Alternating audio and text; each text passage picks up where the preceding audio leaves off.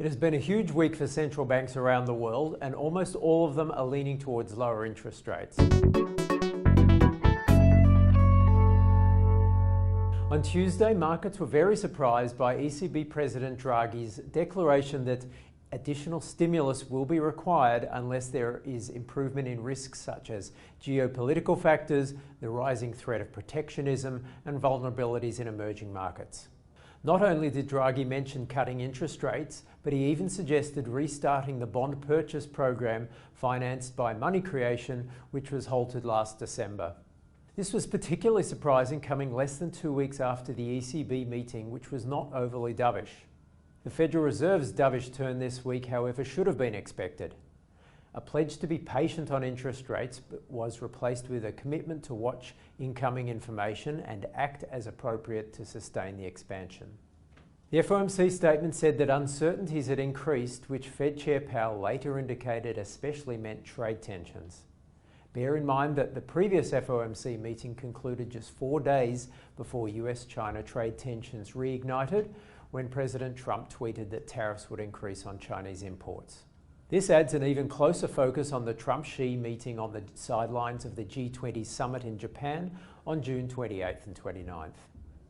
US yields tumbled on the Fed meeting, pricing a startling 65 basis point fall in the benchmark Fed funds rate by end 2019 and sending the 10-year Treasury bond yield below 2% for the first time since November 2016.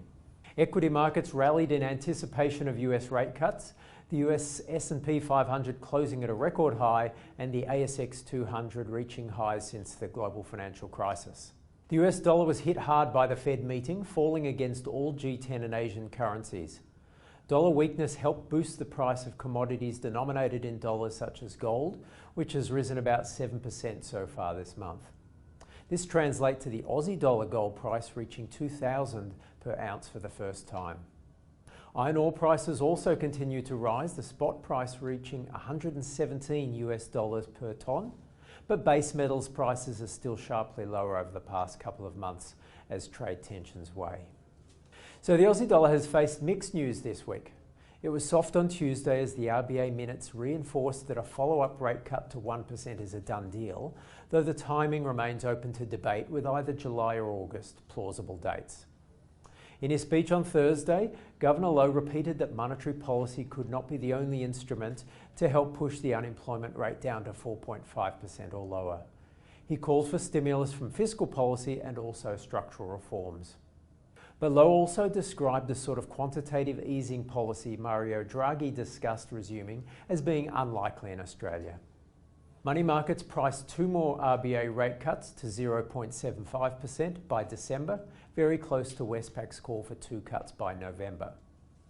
The calendar in the week ahead is not especially crowded. The global focus should be on the G20 summit in Japan at the end of the week, especially the Trump-Xi meeting. We will also hear speeches from many Fed officials and will keep an eye on Middle East tensions after Iran shot down a US drone this week, which boosted oil prices. We'll speak to you next week.